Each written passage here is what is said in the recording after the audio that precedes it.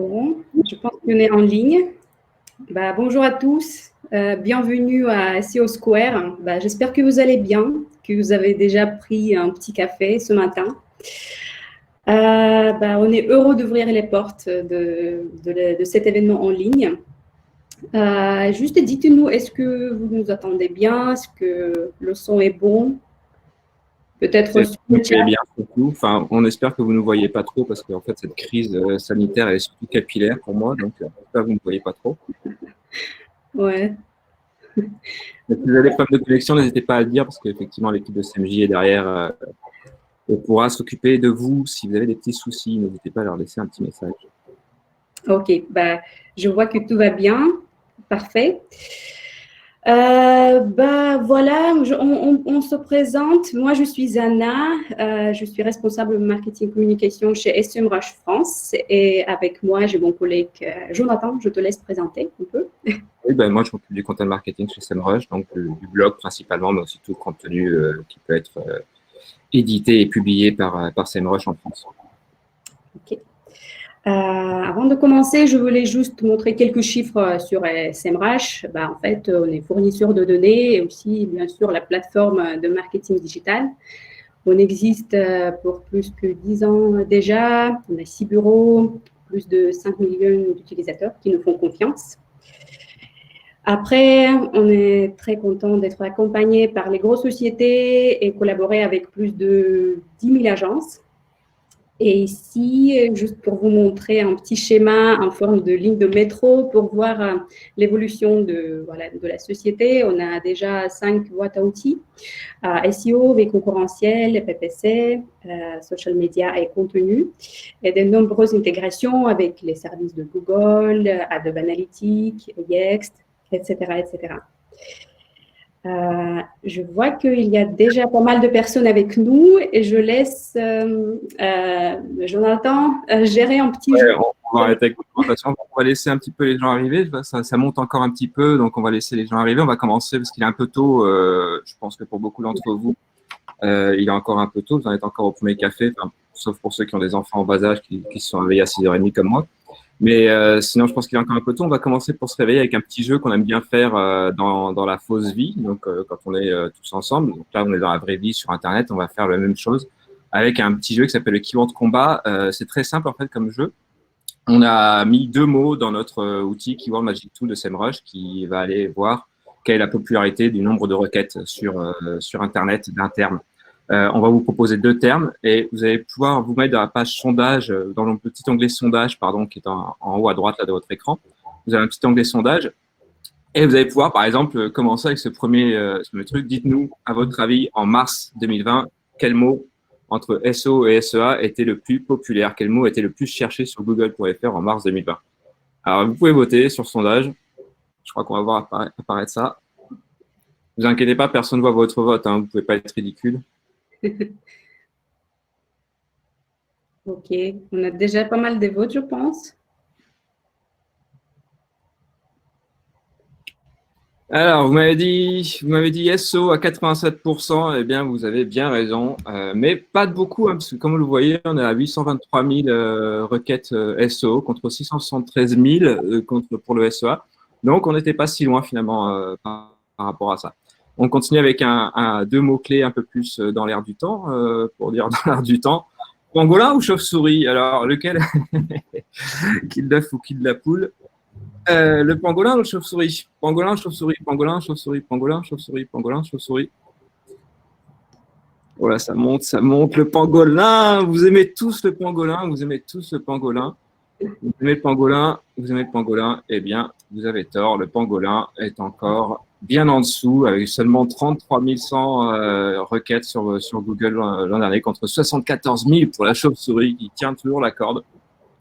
Sans même pas parler de Batman. Donc, on ne sait pas si le pangolin est à l'origine du coronavirus, mais en tout cas, on sait qu'il a été beaucoup recherché parce que ce chiffre de 33 100 a augmenté quand même de 300% par rapport à ce que c'était en janvier dernier. Et allez, le petit dernier, Greta Thunberg ou Meghan Markle, qui est la plus populaire? Moi, je dirais quand même Greta, quand même. Quand même, presque 50%, 50%. 50, 50, 47. Est-ce que ça va marcher? Est-ce que Greta va remonter? Eh bien non, vous avez raison. Il faut effectivement mieux être dans la famille royale que d'être une militante écolo ces jours-ci, puisque c'est effectivement Meghan qui remporte ce kilométre de combat avec 823 000 requêtes en mars 2020 contre 246 000 à Greta. Donc voilà un petit peu le genre de truc rigolo qu'on peut faire avec Sam Walsh. Bon, on est quand même une suite sérieuse, on fait des trucs un peu sérieux. Mais c'était juste un petit peu pour vous introduire un petit peu aux trucs rigolos qu'on pouvait faire avec Sam Walsh et aux tendances. Donc Meghan Markle est la dame la plus tendance de mars 2020 et notre dame tendance à nous, c'est Anna qui va vous présenter les tendances SEO de 2020. Merci, Jonathan. En effet, je vais parler aujourd'hui des tendances SEO pour cette année 2020. C'est vrai qu'il se passe tellement de choses dans le secteur de référencement et des fois, c'est très compliqué de comprendre où investir absolument nos efforts, nos argents pour être le plus efficace possible. Du coup, en basant sur nos nombreuses études, l'expérience et l'expertise, voici les 5 tendances à implémenter cette année. Et je commence par le mobile et surtout par la vitesse de chargement. À la fin de l'année dernière, notre équipe a assisté à un événement Web Summit à Lisbonne et j'ai beaucoup aimé la citation « Le mobile mange le monde ». Et c'est vrai à 100%. Ici, vous pouvez voir l'évolution énorme de consommation de data mobile, surtout depuis Mobile First Index était annoncé. Et ça va sûrement augmenter de plus en plus. Et par exemple, si on prend l'industrie de l'e-commerce qui montre la forte croissance en chiffres dans tous les secteurs et surtout maintenant dans les secteurs des courses en ligne, on peut voir que le trafic mobile dépasse le trafic desktop par 10 fois environ. Et si on prend l'exemple de Amazon en France, vous voyez que le trafic mobile est à environ 60 millions, quand le trafic desktop est un peu plus que 5 millions. Donc, la différence est vraiment énorme. Et c'est vrai que beaucoup des entreprises sont déjà optimisées leur site pour mobile. Ils font le web design responsif, etc. Mais en général, il reste beaucoup des erreurs en termes de référencement mobile. Ici, par exemple, on prend l'exemple de Sephora. On voit qu'il y a pas mal des erreurs cachées qui peuvent heureusement être détectées avec les différents outils, comme par exemple l'outil de SEMrush à audit de site. Et voici les principaux problèmes à résoudre pour que votre site soit bien optimisé. J'ai pris cette liste officiellement de la conférence de John Muller à SMX Paris à la fin de l'année dernière, donc plutôt à prendre ça en priorité pour fixer. En même temps, je veux faire l'accent sur la vitesse de chargement surtout parce que toujours plus de 80% des sites ont des problèmes avec la vitesse de chargement. Et ça, c'est un gros problème parce que c'est un facteur de ranking de Google pour la recherche mobile. Et en plus, plus que moitié des visiteurs mobiles quittent un site si ça charge plus de 3 secondes. Donc voilà, c'est assez critique. Quelques outils encore, comme j'ai dit, oui, vous pouvez utiliser Audit de site ou PageSpeed Insights pour checker les problèmes avec la vitesse de chargement. Une autre technique afin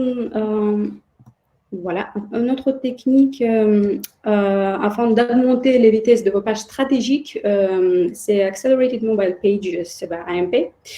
Ils sont très fréquemment utilisés par les sites des actualités, aussi les sites des e-commerce et des autres sites.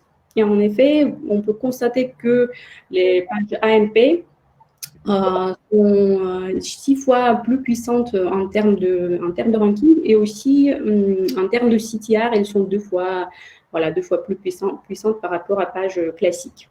Donc, à vous de tester ces techniques. Et je passe à la deuxième tendance qui est certainement liée à la première, c'est une recherche vocale. D'après certains stats, en octobre dernier, 45% des utilisateurs déjà utilisent la recherche vocale en monde entier.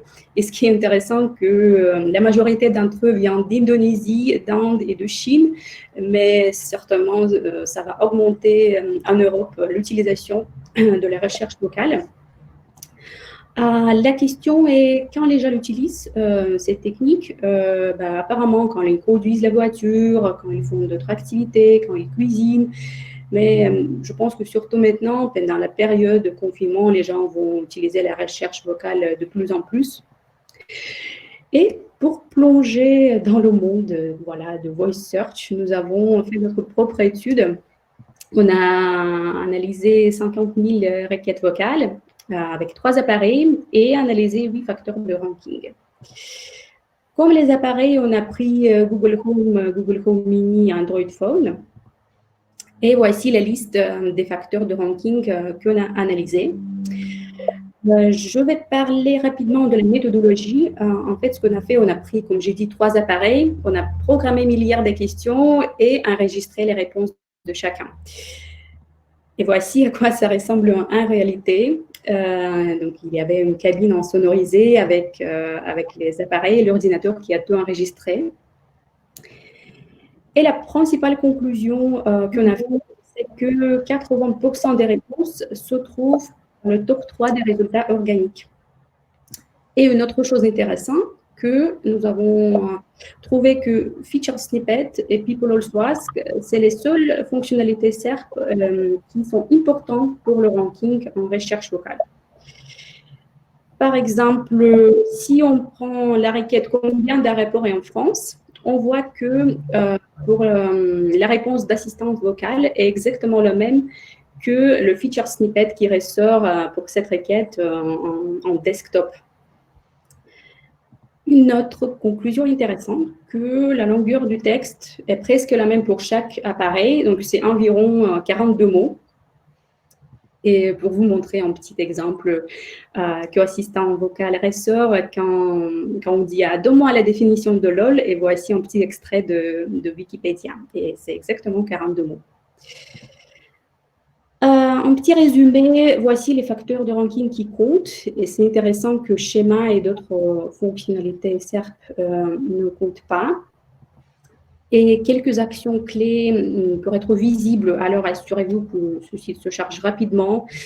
Il faut créer le contenu facile à lire, apporter les réponses courtes, répondre aux questions quoi, comment, où, est-ce que, et absolument optimiser pour les feature snippets.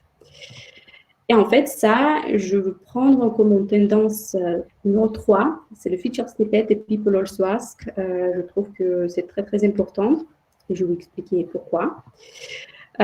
Juste pour vous montrer voilà, la SERP classique, à quoi ça ressemble le feature snippet et People Also Ask actuellement.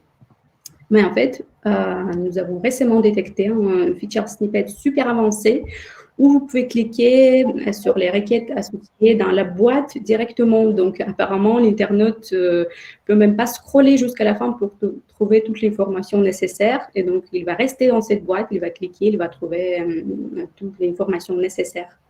C'est un test de Google apparemment, mais on pense que c'est vraiment le futur de Feature Snippet en 2020 et l'année à venir. Donc, si on prend l'optimisation pour le Feature Snippet, il s'agit des paragraphes et des listes. Et voici la liste des mots sur lesquels vous devriez commencer vos questions. Et ici, en petit tableau, vous voyez que le nombre des mots moyens dans un paragraphe est 44, donc c'est presque la même chose que la réponse des assistants vocaux. Et ce qui concerne aussi les listes, il faut mettre 8 points, le maximum, idéalement 5, et aussi quelques chiffres pour pouvoir retenir concernant les tableaux et les images. Alors, ensuite, nous avons examiné People Also Ask. On a pris 1 million de mots-clés. Et puis, on a constaté que plus de 40% des résultats sont avec People Also Ask. Et ce qui est intéressant, que la majorité des liens dans les boîtes de People Also Ask ne rentrent même pas dans le top 100. Donc, tout le monde a sa chance d'y apparaître. Voilà, c'est une statistique très intéressante à mon avis.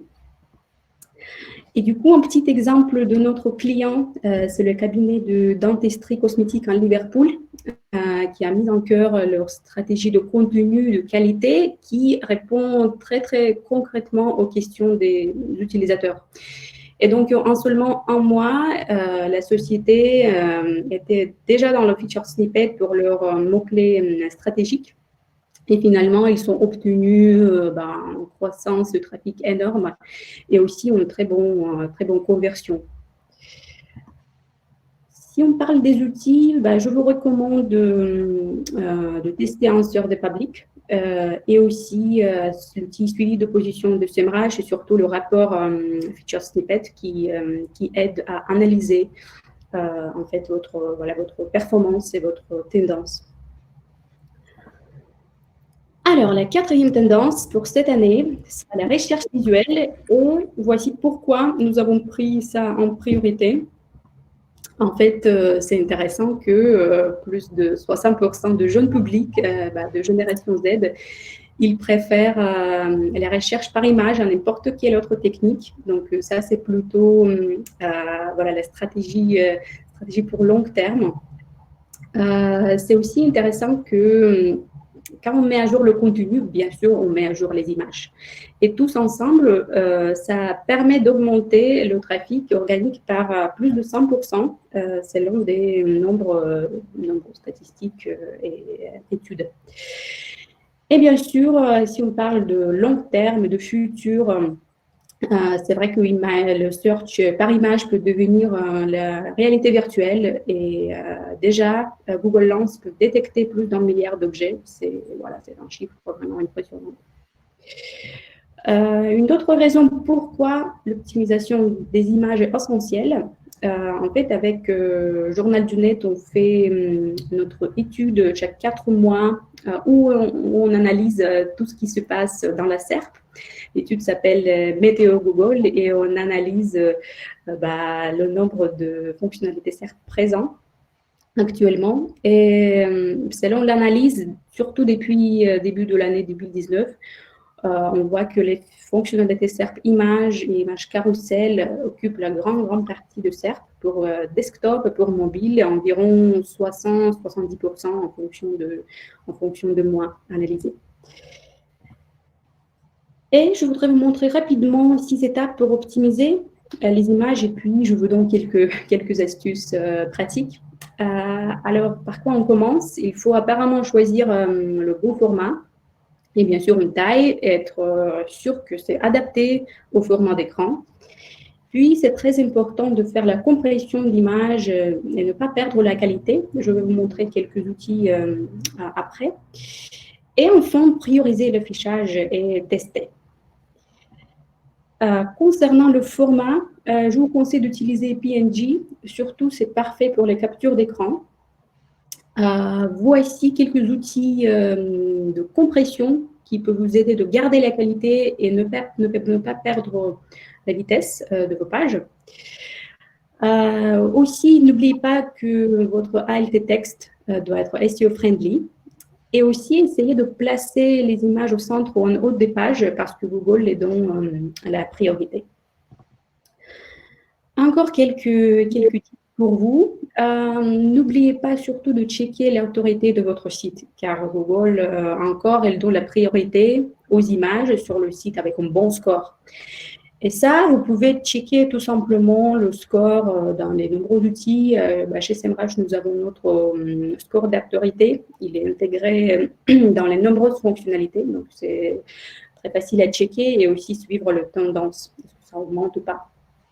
Et puis, comme j'ai déjà dit au début, ça peut être une très bonne idée de mettre à jour le contenu et les images. Et c'est vrai que c'est comme appliquer les filtres sur Instagram, ça donne beaucoup plus d'engagement et dans notre cas, ça donne énormément de boost de trafic. Et alors, je vais finir les tendances SEO par les tendances pas 100% SEO, ça sera contenu qui est toujours le roi. Et ici, je veux parler un petit peu de l'algorithme BERT qui était annoncé l'année dernière et qui aide à mieux comprendre l'intention derrière les requêtes de recherche des utilisateurs et qui aide à ressortir les résultats les plus pertinents. Et ici, un exemple intéressant à vous montrer, en fait, c'est l'extrait de requête comment se garer sur une colline sans trottoir.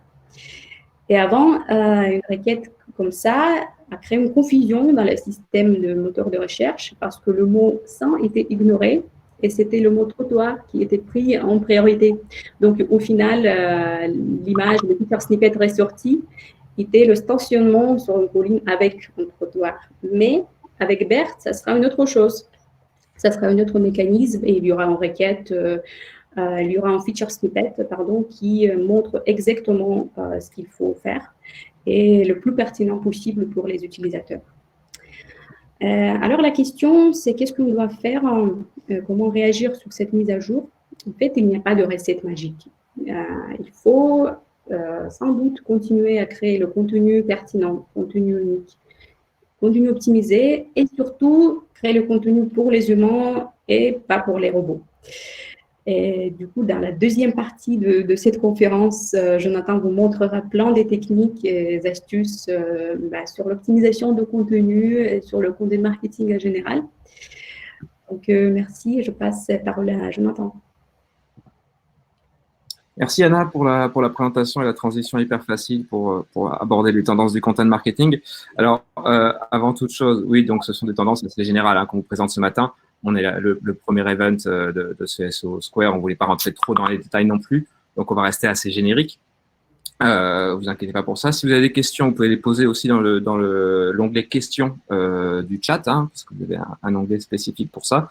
Et on y répondra à la fin. On va essayer de passer 10 minutes à la fin sur un Q&A pour répondre à vos questions si vous avez des questions. Voilà. On va passer aux tendances du content marketing. Donc, la première tendance que vous avez vue avec Anna, effectivement. Moi, je vais vous parler surtout de format. Alors, je me suis rendu compte qu'en fait, j'avais fait ces tendances pour 2020. Finalement, c'est un peu les tendances du confinement 2020 qu'on est en train de faire. Par exemple, cette première tendance, pour la plupart d'entre vous, vous êtes en télétravail aujourd'hui, donc sur Netflix ou dans le meilleur des cas sur YouTube. Ce qui tombe bien parce qu'on va vous parler de contenu vidéo. Donc, le contenu vidéo, vous le savez, c'était déjà une grosse tendance en 2019. C'est un peu le contenu roi.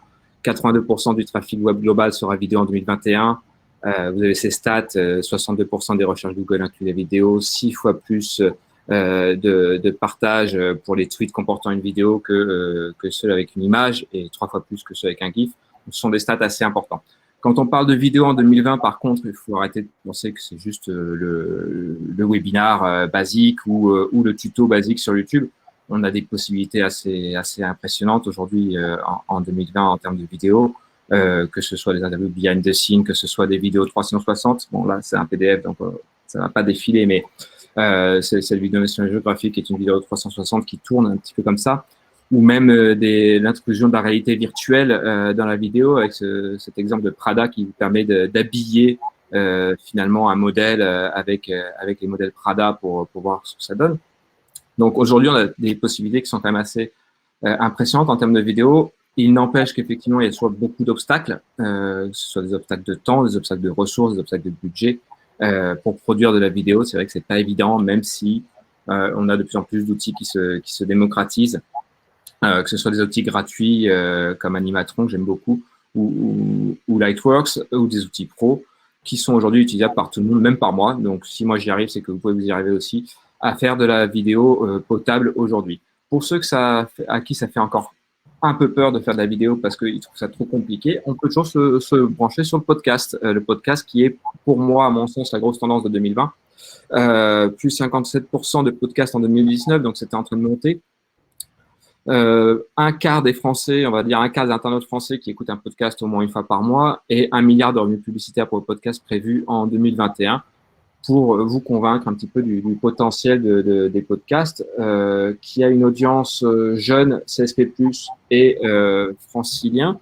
Donc, a priori, c'est une audience qui peut être intéressante pour vous, surtout si vous bossez dans des entreprises un peu technologiques.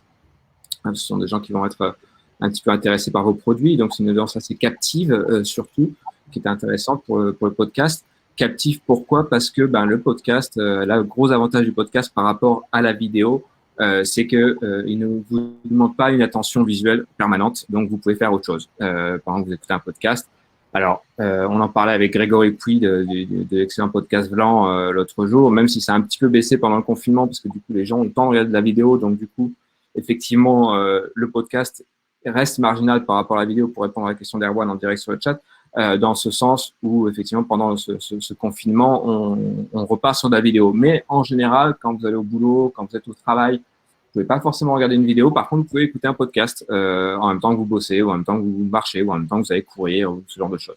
D'où l'intérêt du podcast aujourd'hui. Il faut tout de même pas oublier qu'il y a aussi des obstacles à la production de podcast, hein, et notamment le problème de l'intérêt du podcast et de la personne que vous allez recevoir, donc du format du podcast en lui-même. Trouver des sujets intéressants est une des problématiques les plus importantes du podcast. Les news et les informations marchent toujours bien, en tout cas aux États-Unis, mais vous pouvez transposer ça en France aussi. Hein, c'est un petit peu les mêmes chiffres qu'on a en France. Donc, les news et les informations sont des choses qui marchent beaucoup. Et des exemples de podcasts efficaces pour finir un petit peu, des podcasts que j'aime bien, le podcast de Slate qui est basé sur une fausse dispute entre parents, donc Mom and Dad are fighting, c'est très intéressant parce que ça permet d'introduire effectivement une fausse dispute qui permet d'introduire des arguments contradictoires sur un sujet, donc de couvrir un sujet entièrement avec des arguments contradictoires, ou alors carrément de faire du storytelling comme Welcome to Night Web, qui est un podcast que j'aime beaucoup aussi, qui introduit la marque au milieu d'une histoire, un polar complètement inventé, ce qui est assez intéressant aussi. Donc là, ça vous permet de faire du storytelling et de faire du vrai storytelling. Voilà, on a parlé un petit peu des formats de 2020. On va aussi parler des espaces de distribution de 2020. Donc, c'est un peu ironique de parler de nouveaux espaces à explorer, sachant qu'on est tous confinés. Mais non, on va quand même en parler un petit peu. Pour l'instant, vous avez tous un blog sûrement, ou en tout cas, vous êtes tous convaincus de l'intérêt d'avoir un blog avec 3,1 fois plus de trafic pour les entreprises qui publient 12 blogs par mois et 97% de backlink en plus. C'est quand même assez impressionnant, notamment ce chiffre aussi de 5 millions de billets de blog écrits chaque jour dans le monde. Beaucoup. 86% des content marketeurs utilisent le post de blog, donc c'est quand même aussi une preuve. Et beaucoup, 94%, vont distribuer leur contenu sur les social media. Ça, c'était avant. Maintenant, aujourd'hui, il y a des nouveaux espaces peut-être à explorer. Alors, toujours conserver le blog, parce qu'on l'a vu, c'est toujours une source de trafic et une source de backlink assez impressionnante et très importante à conserver. Mais il y a des nouveaux espaces qui apparaissent, qui sont Quora et qui sont Reddit. Moi, je suis en train de monter des stratégies de content marketing sur ces deux espaces. C'est assez intéressant dans le sens où ce sont des espaces vraiment à part, qui sont à la frontière entre le blog et le réseau social, si je peux dire. Ce ne sont pas des réseaux sociaux tels que vous l'entendez, c'est pas un Twitter, c'est pas un truc pour clasher, c'est pas non plus du Wikipédia pur ou du blog où on exprime une opinion. C'est un petit peu à la frontière entre les deux. Et surtout, ça a une audience qui est assez intéressante, comme l'audience de Reddit, par exemple, qui est beaucoup composée de ce qu'on appelle des tech enthousiastes, donc des amateurs de technologie. Donc, ça peut être une audience aussi intéressante, en tout cas pour SEMrush, mais j'imagine pour vous aussi qui travaillez dans le digital marketing. Ce sont des plateformes très à part, comme je vous le disais, aux frontières entre social media et Wikipédia. Pour moi, c'est vraiment ça. C'est vraiment Quora, c'est à la frontière entre Wikipédia et Twitter. Pour vous donner une petite idée, il faut les traiter de manière assez particulière. Il faut être intelligent dans son approche. Il ne faut pas faire de la pub pour faire de la pub. Il faut se poser plutôt comme s'imposer un petit peu comme expert sur un sujet, chercher les questions qui concernent votre domaine d'expertise et y répondre sans pour autant ne pas y glisser un backlink de temps en temps, mais surtout l'important, c'est de se poser comme expert de façon à pouvoir avancer là-dedans.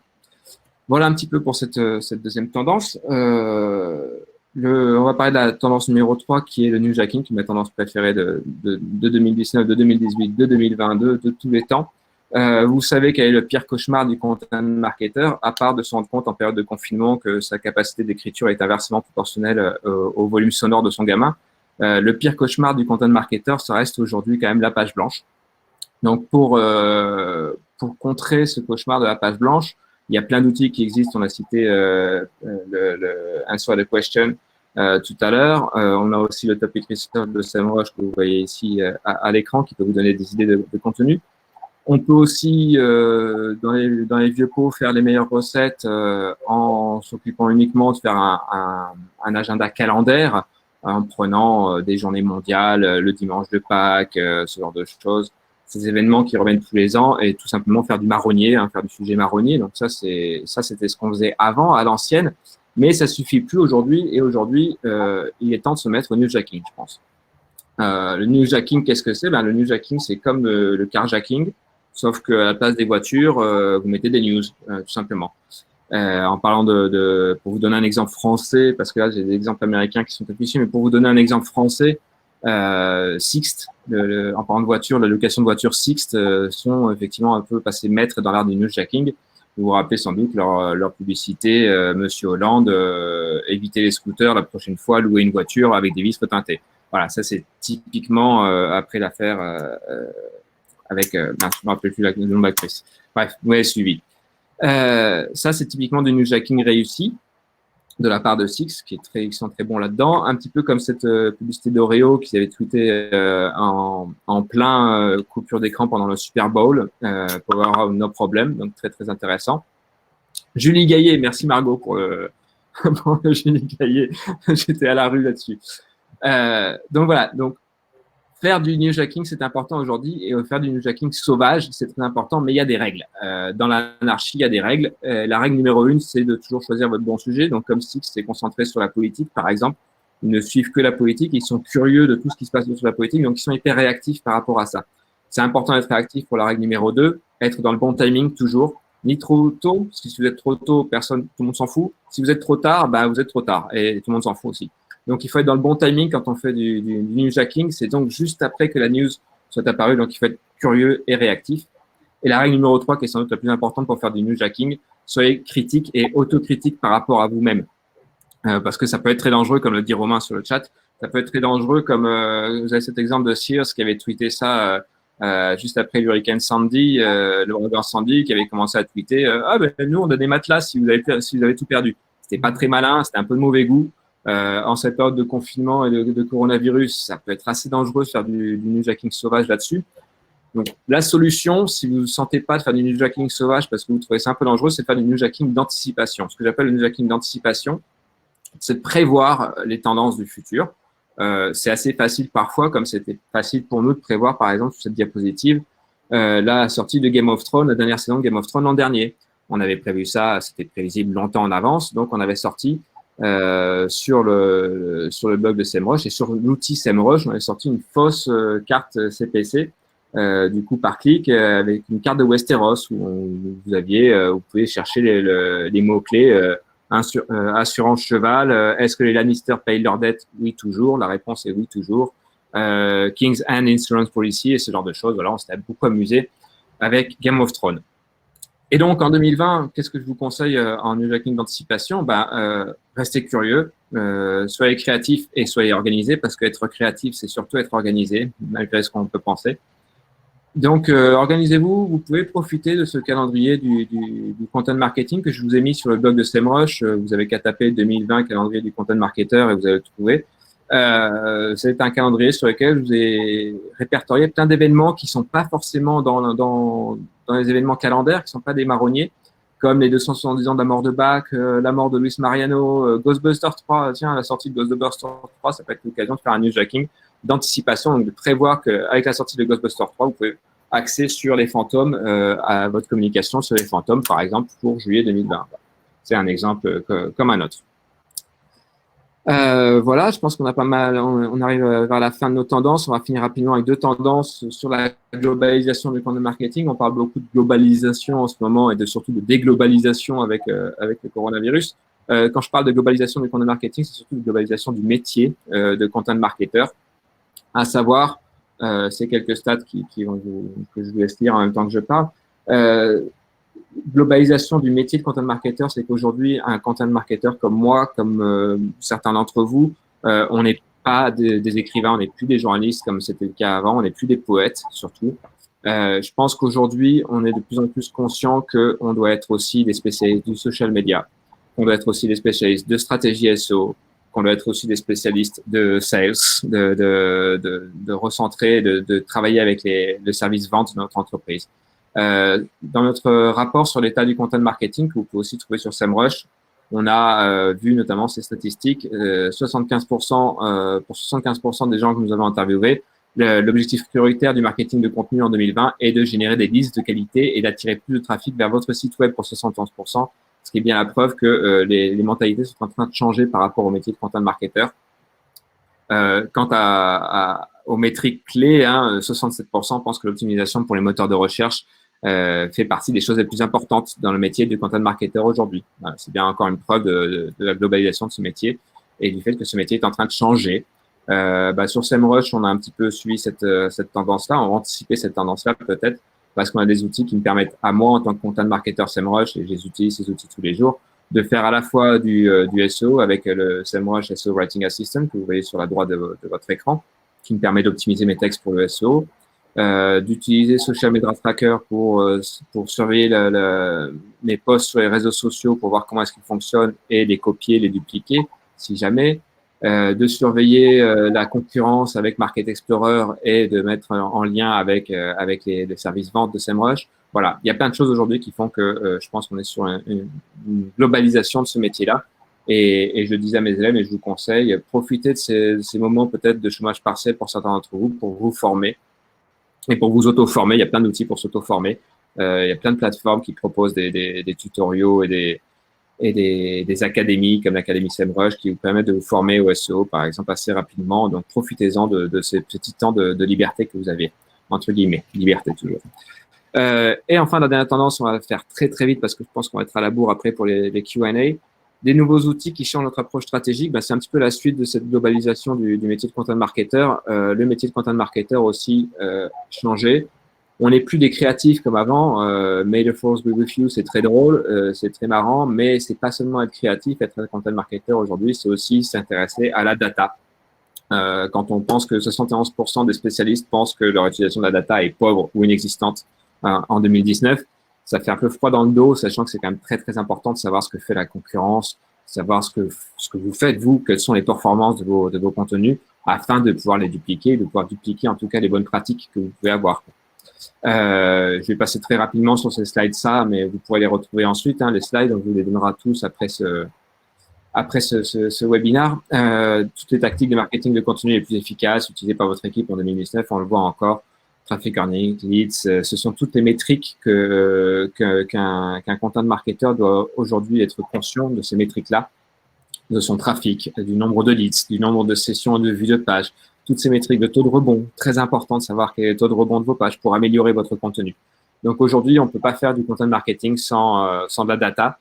Et c'est pour ça que moi, j'utilise SEMrush. On vous fait un peu de pub en passant, mais effectivement, j'utilise Brand Monitoring de SEMrush pour savoir comment fonctionne ma marque sur Internet. Et j'utilise aussi Post Tracking pour savoir quelle est la portée de mes contenus, exactement ces métriques-là dont je viens de vous parler, quelles sont le bounce rate, etc., qui me permet effectivement à moi de produire un contenu bien plus efficace au jour le jour. Voilà, j'en ai fini avec ça, avec une conclusion parce qu'on est sur la fin du webinaire. Et donc, du coup, la conclusion de ce slide, on vous a donné 10 tendances. Prioriser l'optimisation Google, accélérer la vitesse de vos pages, optimiser pour la recherche vocale, booster votre trafic grâce aux feature snippets et aux People Also Ask, optimiser les images, créer du contenu pour les humains avec BERT, investissez dans les contenus vidéo et les podcasts, mettez-vous enfin au newsjacking, explorez des nouveaux espaces de distribution, on parlait de Quora et de Reddit, pensez globalement votre métier de content marketer et utilisez les métriques pour votre stratégie de contenu. Si vous avez loupé quelque chose, on va vous fournir de toute façon un enregistrement de cette vidéo et les slides afférents pour que vous puissiez revenir sur un de ces 10 points. Et puis, je pense que c'est le moment de regarder les questions, Anna. Exactement, Jonathan.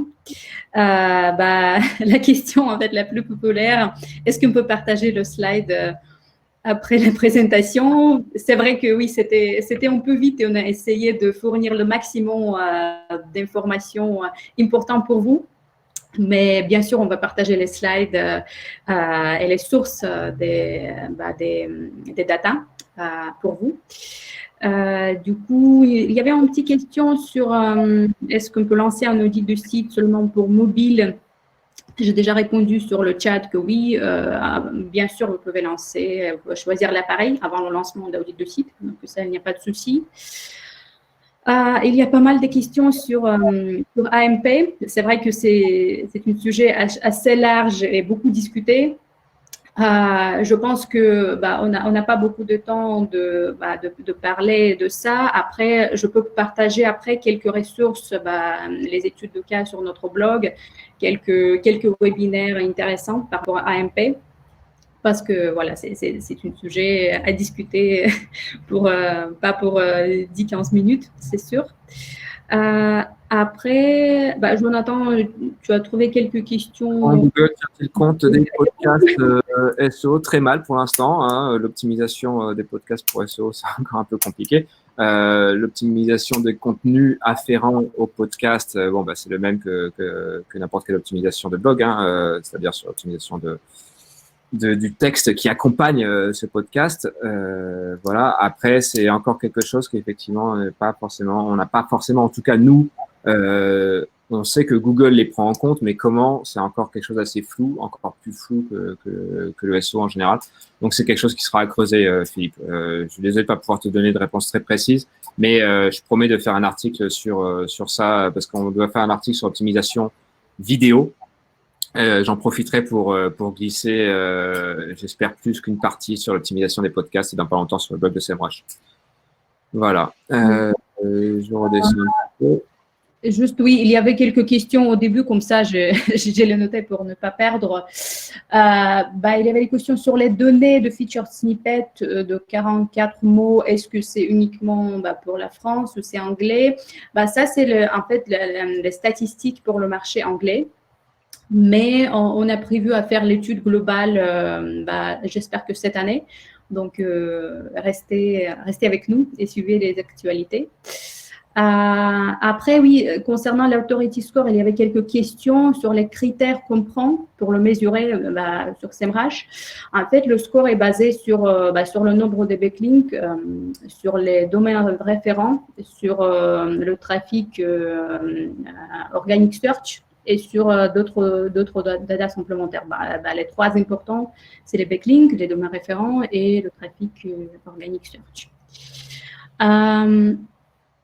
Il y avait la question aussi, oui, pour travailler, comme sur les slides, quel abonnement minimum est nécessaire à SEMrush?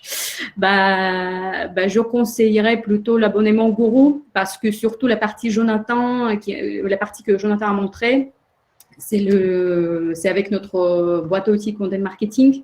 Et ça, c'est disponible à partir de l'abonnement Gourou. Donc, je pense que oui, c'est plutôt l'abonnement Gourou. Oui, je vais finir un petit question. Elle avait plusieurs questions et discussions sur PNG et que c'est très lourd et il vaut mieux d'utiliser JPEG. Après, je pense que PNG, c'est bien, mais si vous avez fait la compression, bien sûr, donc n'hésitez pas à utiliser les outils que j'ai montré, parce que bien sûr, si vous allez utiliser PNG comme ça, ça va être lourd, mais bien sûr, avec la compression qui ne perd pas la qualité, je trouve que c'est une meilleure solution. J'ai pas mal de questions sur Quora et sur Reddit. On me demande quel est l'intérêt d'utiliser Quora et Reddit pour la communauté FR. Alors, effectivement, pour l'instant, c'est assez réduit encore l'usage de Quora et de Reddit en France. Mais c'est aussi pour ça que moi, j'ai développé une stratégie de content marketing en ce moment pour SEMrush sur ces réseaux-là, parce que personne n'y est encore, hein. C'est pour ça que je parle de tendance, dans le sens où c'est le moment de s'y mettre avant que tout le monde y soit. Ou alors, vous pouvez créer un blog en 2018, mais il y a certaines personnes qui ont créé un blog en 2005. Voilà. Et c'est ces personnes-là aujourd'hui qui ont réussi le mieux. Donc, c'est un petit peu la même chose. Effectivement, c'est en développement. Deuxième question concernant Quora et Reddit. Est-ce que le contenu est indexé? Oui, comme tout.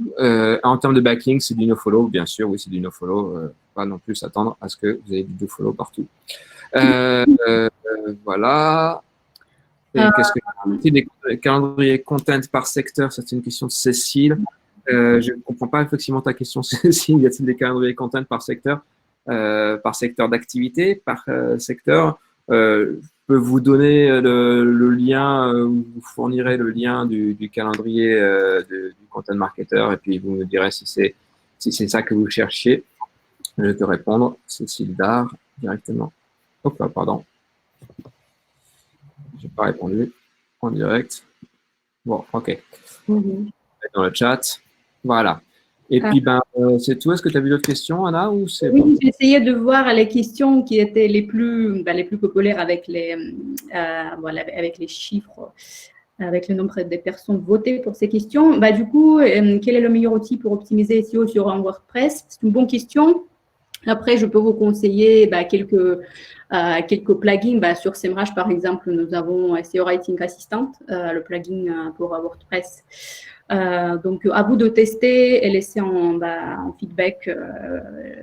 C'est assez pratique en termes de l'optimisation basique et très important. Que pensez-vous de FAQ pour la recherche vocale? Oui, c'est une bonne question.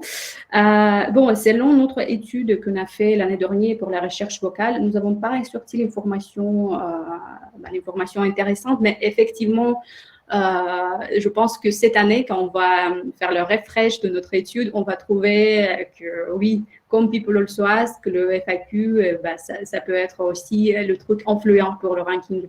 Donc, voilà, j'espère qu'on va vous montrer les statistiques intéressantes bientôt. Et il y a notre ami et influenceur Jason Bernard qui prépare un article la semaine prochaine sur le blog de SEMrush sur les feature snippets, et notamment sur les frequently asked questions et la façon de remplir les frequently asked questions pour être très visible ensuite pour obtenir des feature snippets. Et il va parler aussi effectivement de la recherche vocale dans cet article. Donc, ne le manquez pas la semaine prochaine. Je pense que, Anna, c'est l'heure de... Oui, il reste pas mal de questions en plus, mais on ne va pas encore enguirlander, mais je pense que ça ne va pas tarder. Donc, ouais, on ne va pas tarder. On va voir avec l'organisateur est-ce qu'on peut répondre à toutes les questions. Après, vous envoyer un petit récap. Mais on vous invite à joindre la prochaine conférence qui a déjà commencé il y a une minute. Donc, normalement, vous avez le lien vers cette conférence. Donc, merci beaucoup. Normalement, vous avez le lien, effectivement, de cette conférence qui réunit SEMJ et La Massif. Donc, Marine et Antoine qui vont vous parler de booster l'engagement de son audience et de l'anatomie d'une Content Factory performant. Normalement, vous devez avoir le lien pour ça. Donc, vous pouvez quitter ce chat. Merci à vous. Vous avez nos emails si vous avez besoin sur cette dernière slide, si vous avez besoin d'autres questions. Ou si vous voulez nous reposer vos questions auxquelles nous n'aurons pas eu le temps de répondre sur ce chat, n'hésitez pas à les poser par mail aussi. Vous avez nos emails ici, à tous les deux. Voilà, et c'était Jonathan et Anna de SEMrush, et on vous souhaite une excellente journée. À très bientôt. Oui, passez un super... À bientôt. Au revoir.